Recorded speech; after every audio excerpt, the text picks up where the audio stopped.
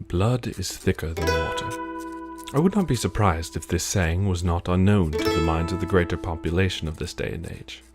It is a phrase of sorts, a proverb, a saying of which use is most typically made within the family. Essentially, it bears meaning in the idea that the bonds between that of one's kin, understood to be the interpretation of blood in said proverb, are virtually irrefragable when compared with the ties between unrelated companions. And it is a worthy question. Are the cords of friendship, woven intricately and arduously with love, grace, and perseverance, rendered gossamer in the presence of commingled blood? Is propinquity so irrefutable, so ironclad that it renders any competing relationship subordinate? These abstruse questions were bequeathed to me in my latest adventure with my dear friend Auguste Dupont. This particular experience provided my own self with a much more substantial portion of excitement than I typically undergo, and thus provided me with many intricate musings.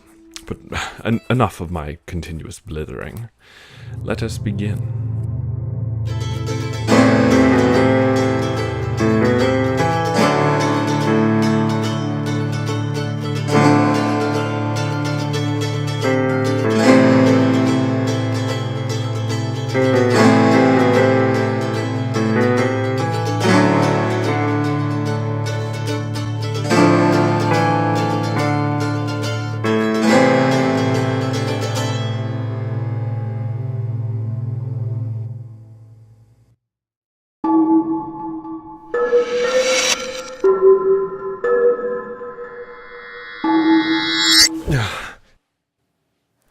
Did I fall asleep reading again?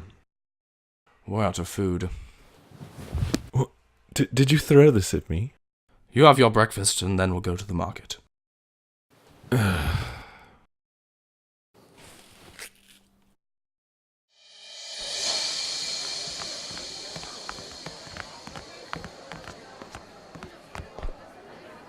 Sir, excuse me, sir. Are you Monsieur Dupont? I'm sorry, my good man, but No, please, sir. It will only take a moment. I apologize, but I want you to see what I am. Did you? What you are? Very well, I'll humor you.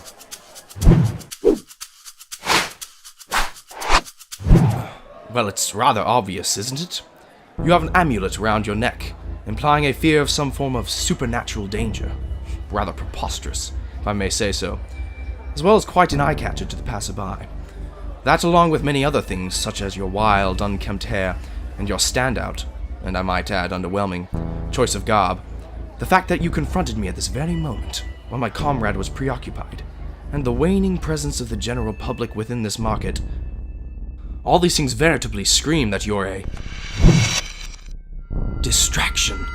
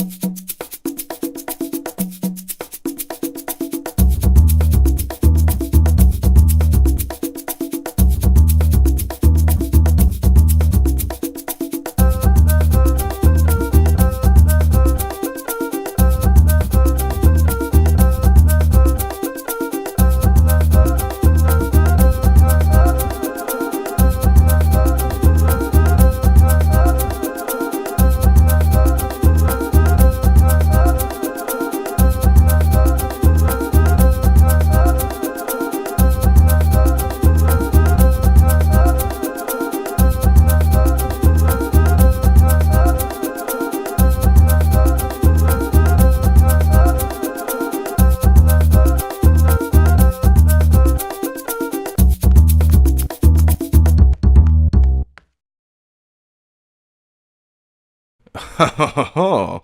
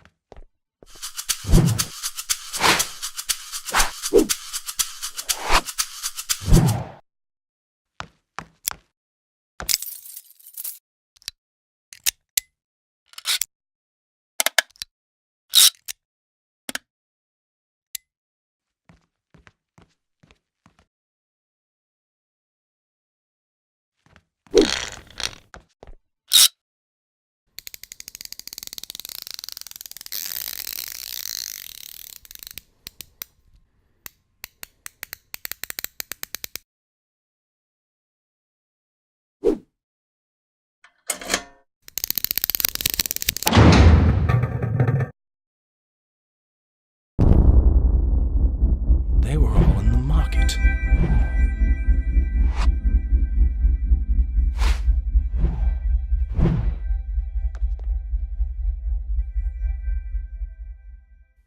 Please, come in. We've been expecting you.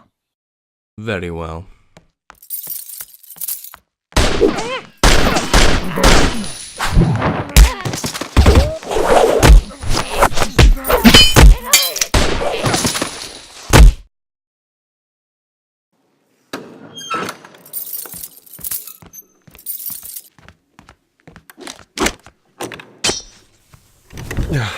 Took you long enough. My sincerest apologies. I did my... Brother, so good to see you. Brother? Wait, he's your brother? No relation. Why? Don't say that. Your friend's a liar, he is. So it was you. Well, obviously. Did you just figure that out? Of course not, simpleton. I discerned it to be you almost instantly.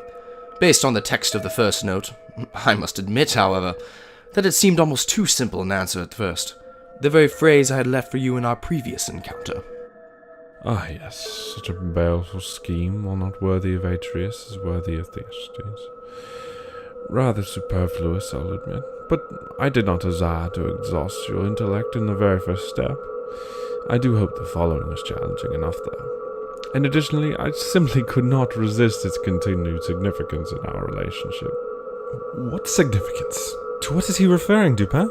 I'm very glad you were able to solve my puzzle, brother. I was beginning to wonder what I would do with this fellow otherwise. Tell me, I must know. What was your plan? Your motive, you virulent intrigant! Dupin, I don't think... No, brother. No need for that. I simply noticed you were lacking excitement. You needed something to shake things up. Not to mention your quiescence was bothering me. Oh, it was it? Of course it was. You've been without a case for too long. I couldn't let you rot in that sluggish bog of laziness any longer. We're brothers, it's what we do. Plus, I couldn't just let you get away with that act you pulled on me with that cursed letter. I can agree with that. 'Twas rather bovine of you to let me pull that off, I must admit. Yes, I suppose you're right.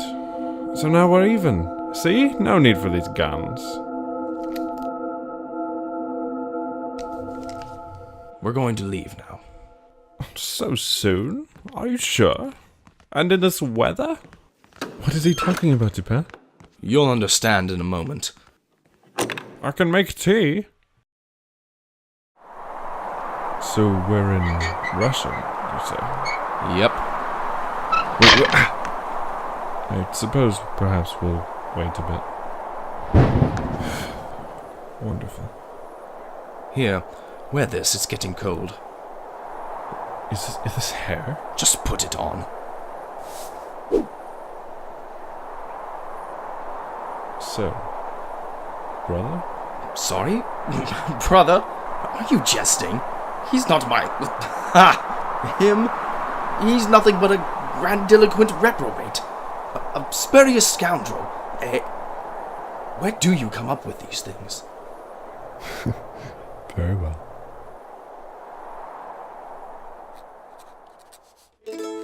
Through all my experiences, I've come to learn that, well, frankly, blood isn't that important. Granted, it may provide a literal bond of sorts between two beings due to that physical similarity they share. And there is a respect or a sort of duty to those of our kin even before relationships are involved, and for good reason, of course. But what I think is that it's not the similarity of the blood we hold within ourselves that is the deciding factor of our allegiance. It is the blood that we spill for each other, the blood that we pour into our relationships, our love, our commitment, our trust, our grace, all these things that we provide at our expense to those that mean most to us. That defines who our family is. Granted, our kin may be those with which we cultivate these relationships. Our literal and inseverable connections provide a steadier and easier cultivating ground for affiliation, but they do not elicit exclusive relationships in themselves. The intangible bonds crafted between people otherwise unrelated are of no less importance than those between kin, provided they are in fact deep, meaningful bonds. You may then wonder, what of that glorious apothegm, blood is thicker than water? Well, as a matter of fact, that's not the complete proverb. In its entirety it says, the blood of the covenant is thicker than the water of the womb. Everyone has simply gotten it backwards.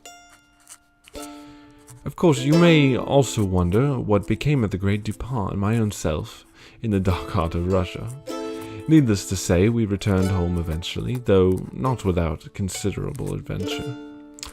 But that is another story for another time.